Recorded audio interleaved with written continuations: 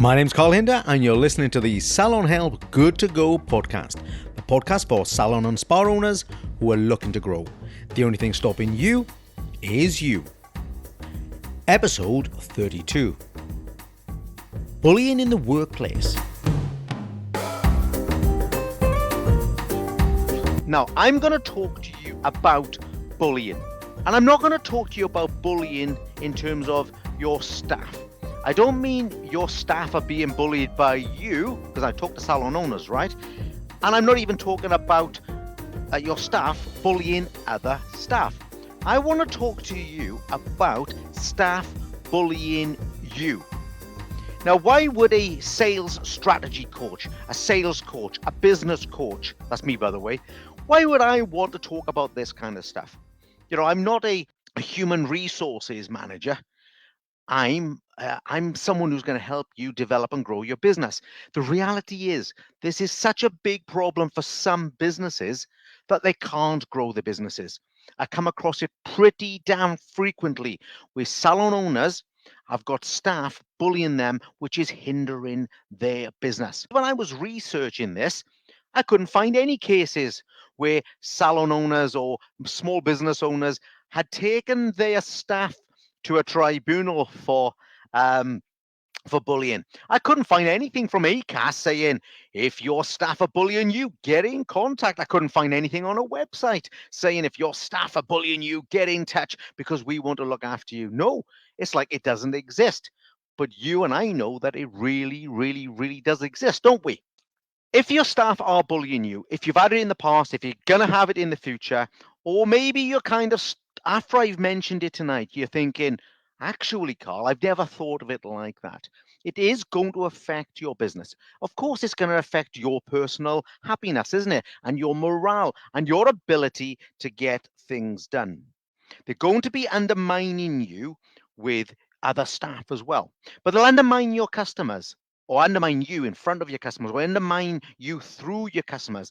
They'll be the ones, by the way, who are agreeing with clients that prices in your business are too high, or that selling lots of products is a rip-off, or it's too greedy. You've got to think about, do I identify these things in my business? Can I actually sense this already? Because if you are, we've got to talk about what you're going to be able to do about it. These people are going to intrude on your privacy. They're going to be looking at your data. They're going to be asking really, really odd and unusual questions. They're going to be tracking things like your sales. They're going to be coming in on your conversations, and they're going to be contradicting you. They'll contradict you in front of customers, your peers, and they'll contradict you in front of other members of staff. Any of this starting to sound familiar? Now, I'm not talking about a good, healthy workforce where you all have mutual respect for each other and nobody is afraid to speak their mind. I think we should encourage that and we should applaud that. They will, by the way, question your ability. They'll question your ability to do things. They might actually question your ability to deliver a skill. They might question your judgment. They might question the amount of action that you're taking. You're not doing enough marketing, Carl. You're not doing it the way that I think we should do it. We're not getting in enough customers because of the things you are doing or not doing. Because your prices are too high, we can't get people in you. Because you don't do enough leaflets, we can't get people in you. They're all the time. They're at you and they're challenging your business decisions. Let's try and identify these people, not by name, by the way. Let's identify them as a category of people.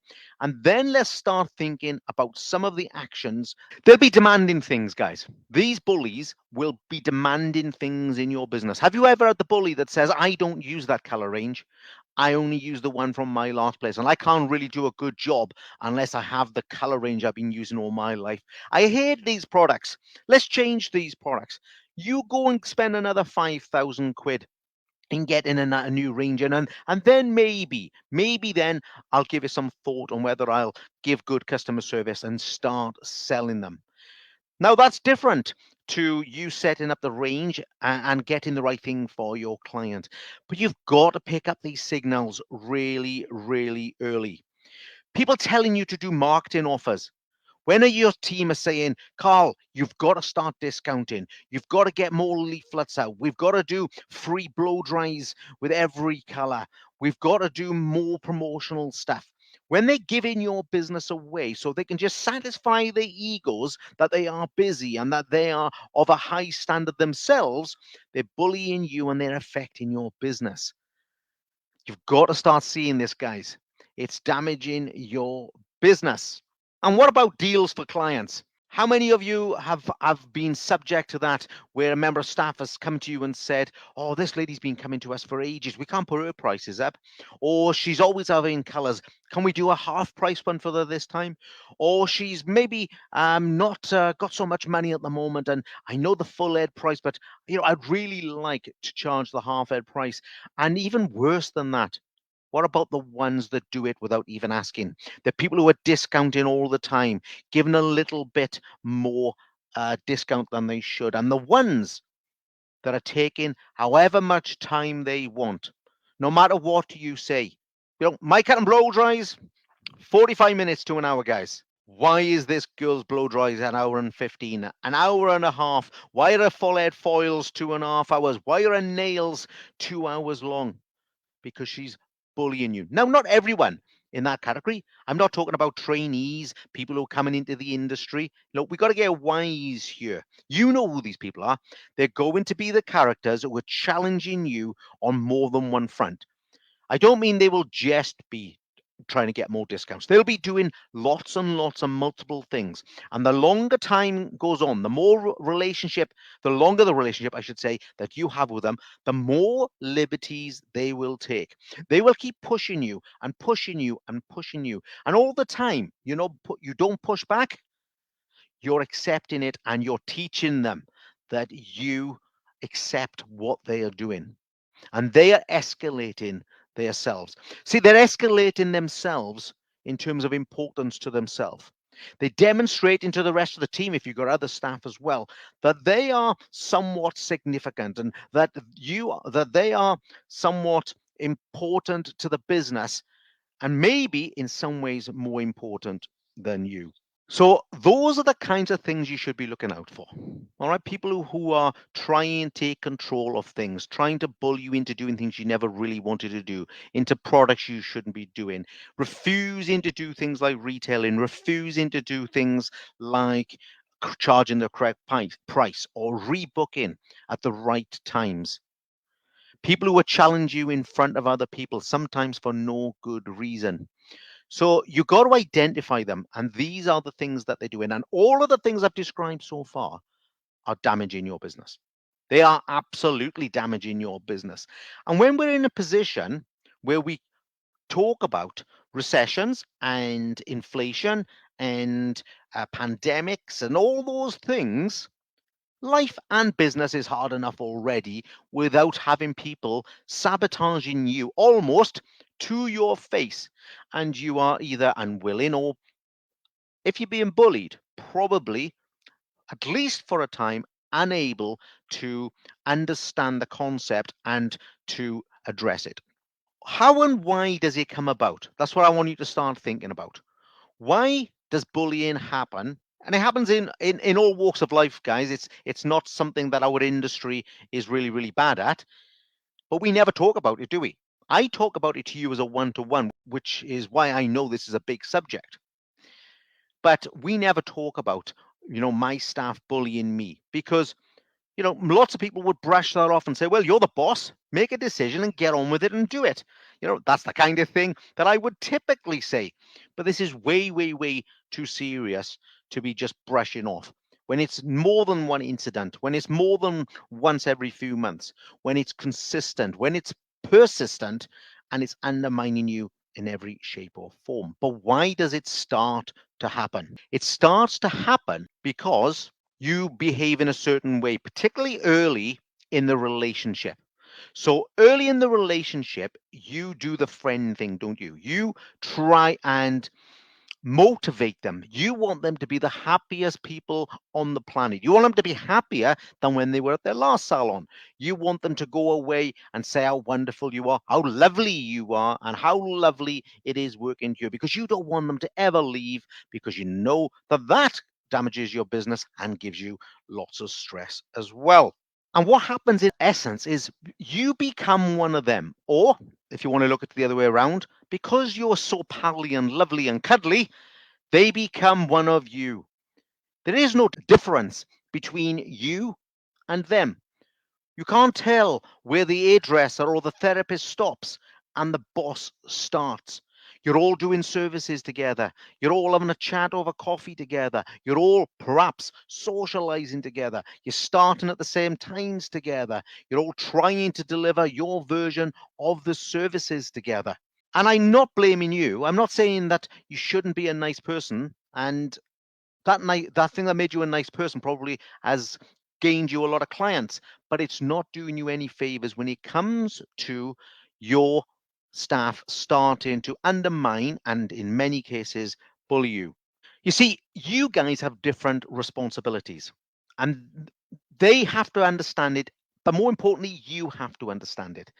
You see, staff don't have responsibilities at the level you have. And I'm talking about everything from wages. You are the one responsible for their wages and their part in taxation. You are responsible for the vast majority of health and safety in that business with your clients and with your staff. You've got all the risk when it comes to paying people when you got pandemics. You got all the risk when something goes wrong with your business, whether it's your property is damaged or there's a flood. You have got all the risk. You've got all the stress. You've got all the bills. What do they have? They have to come to work, behave in a professional manner, and go home. You will never be the same. Don't try and be the same. You have to be the best boss. The guys in my Massive Not Passive group will know me talking about this. That's your job. Now, you don't have to be as good at them at doing a service or a treatment. And they can comment on that by all means, but they can't comment on it to your customers. You can have a bit of banter about it. You can have a bit of fun about it, but you have to be the best boss for sure.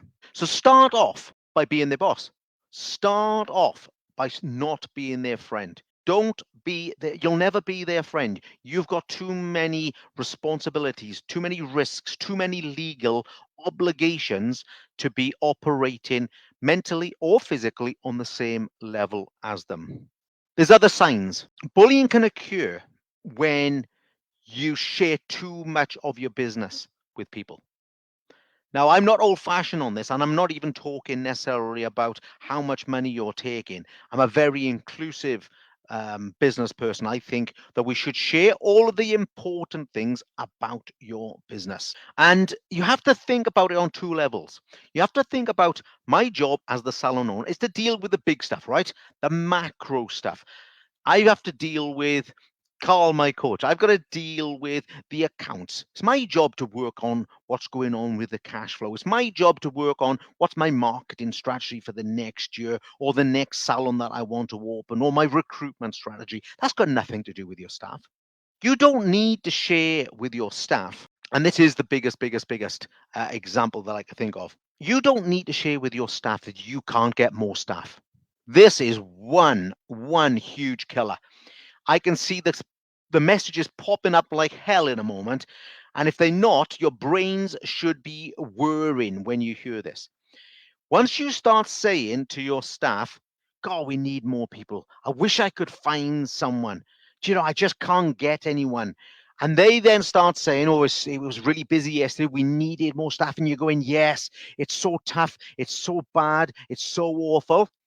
Do you know what happens to some of the brains? Do you know the bullies in your business? Some people will be on your side, but the bullies in your business, they'll be like, wow, he or she needs me more than I need them. They are so desperate, I can get away with anything. I can have a little bit more sickness. I can take a little bit more time. I can do a little bit of a discount. What is she going to do to me? She isn't going to sack me. She isn't going to discipline me. And if I say she, I mean you, the salon owner of any gender. They are not. going to sack me or discipline me because they are so desperate. And I can change my actions to suit my own needs. I can even put pressure on my boss and say to them, do you know what? I want to come in every Saturday from now on. And you're thinking, Jesus, man, I need more staff, but I can't afford to lose this one. So it's better to hold on to this person than to not have them. And now I lose someone on a Saturday. Or I want to come in a bit later, or I want to pick the kids up from school. Now, if you've got good business reason for that, then please do that for your employees. That's not what I'm talking about. That's when people exercise their rights and you manage your team. I'm talking about when people see opportunity through your weakness. And you didn't know it was a weakness. You were just speaking the truth. Someone the other day said to me that, how do I reassure my staff they're not going to be made redundant? And I said, well, why would they think that? Why? It's because the salon owner is talking in negative terms. They're talking about all these massive bills, and I don't know if I can hold all these staff, and I don't know if I can generate enough money. What do you think gets into their head? For the genuine ones, it's nothing but insecurity. I may have to look for a new job. I'm not going to settle when I go home. I may not work as well as I could. For the bullies that I'm talking about, wow, she really, really needs me. All right. She's got all of these problems, and I can be more of an influence now than I was before. I can start telling you and feeding you the things that I think you should know. And these people think they're kind of indispensable. And the other thing is, you think they're also indispensable. So it shows up when we start being friendly. It shows up when we start being weak, when we start opening up our business to things they don't need to know about, and things that they can't influence and they can't change, and things that are presented poorly. When people think there's no leadership in the business, that's when bullying occurs. When there are no standards for what you need to do, they will make their own standards up. And that's natural anyway. That's going to be natural for everyone, not just the bullies, but the bullies will see a pathway to exploit something. I have been to a large number of businesses over the last 10 years where the business is modeled around key members of staff. It's not a brand, it's a brand of these individual people. And then what happens to you is you then get on the phone to me or send me a message and say, Carl, my best member of staff has left me and taken all of the staff because you built the business up around them. And you'll see these bullies with their own social media platforms, okay, doing their own faces and their own poses and their own haircuts. And they'd be putting your work, your business work, building up their profile on the back of you and your risk and your stress and your hard work. Talk about it as you want, guys. It's bullying. Bullying, it's undermining you, it's undermining your business, it's taking away security from you and your family. And they will always. If it's a bully in your business, they're looking for weakness all the time. You take sickness as an example. When someone goes sick and for a day or two and they come back and you say, cool, glad to have you back. It was a nightmare. And that's all you do.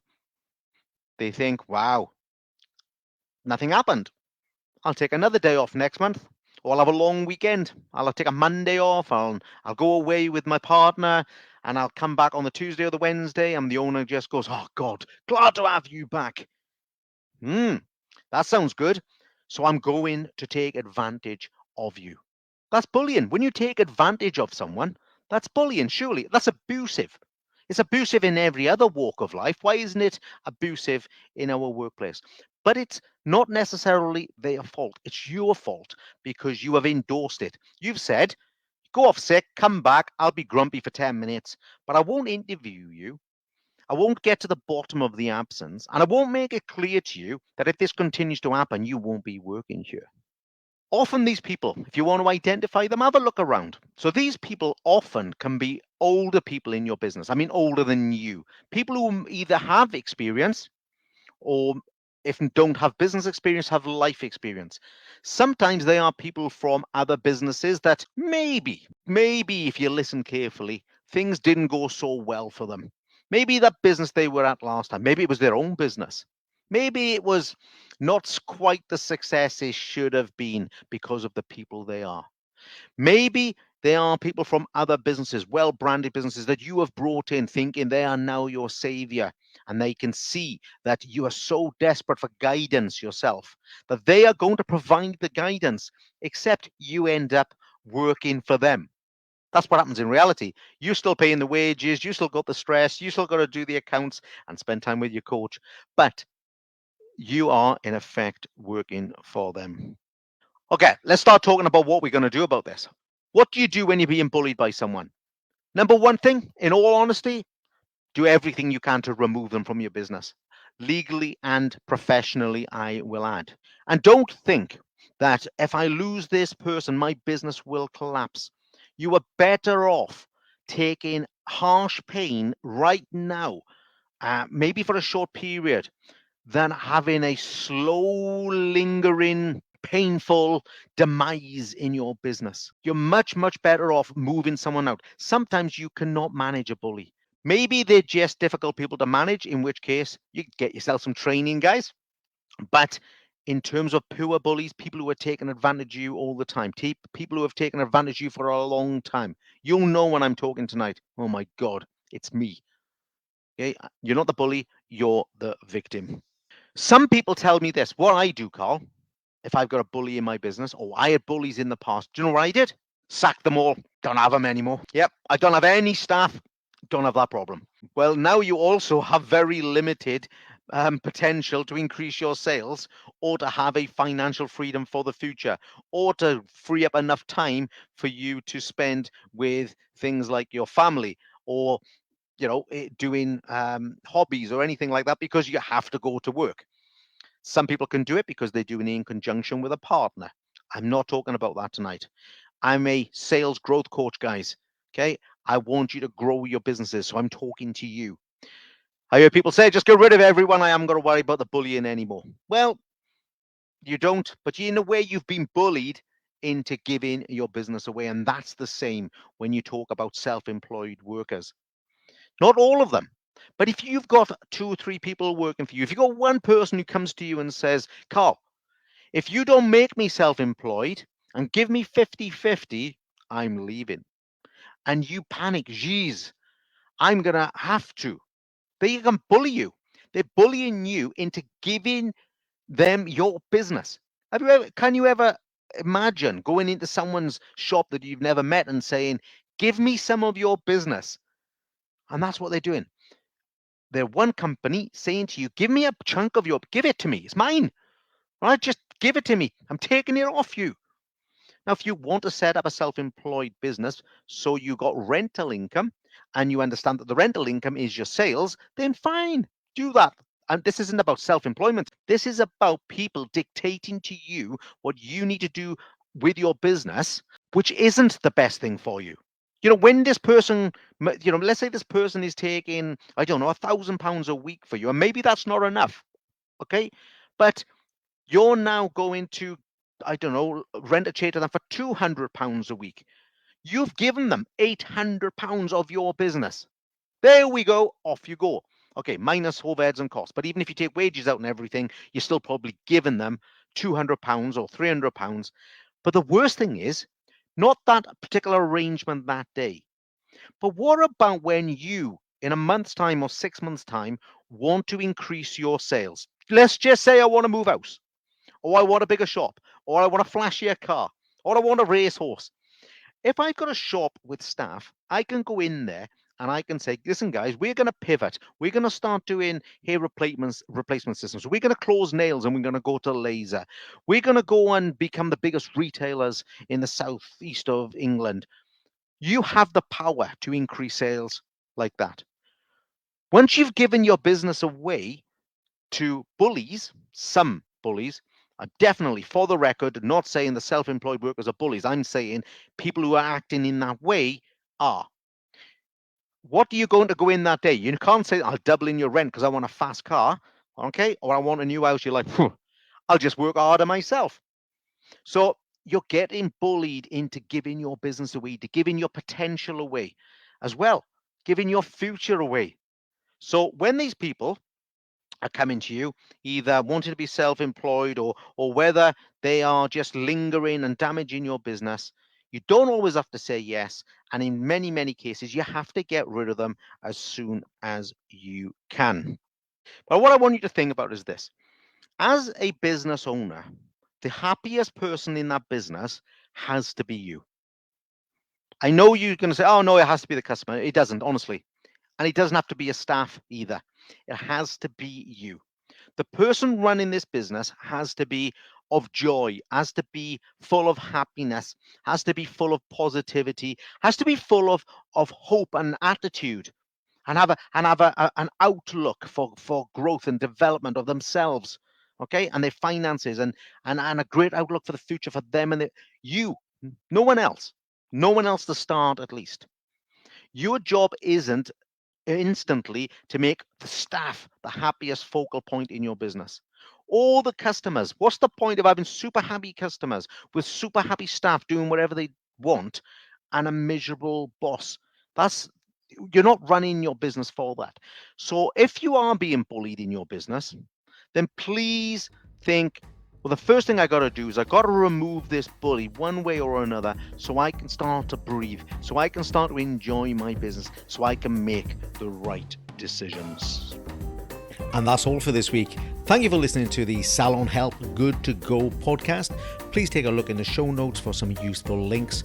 And if this episode has affected you, please reach out and we will find some extra support for you and your business. That's all for now. See you guys on the next episode.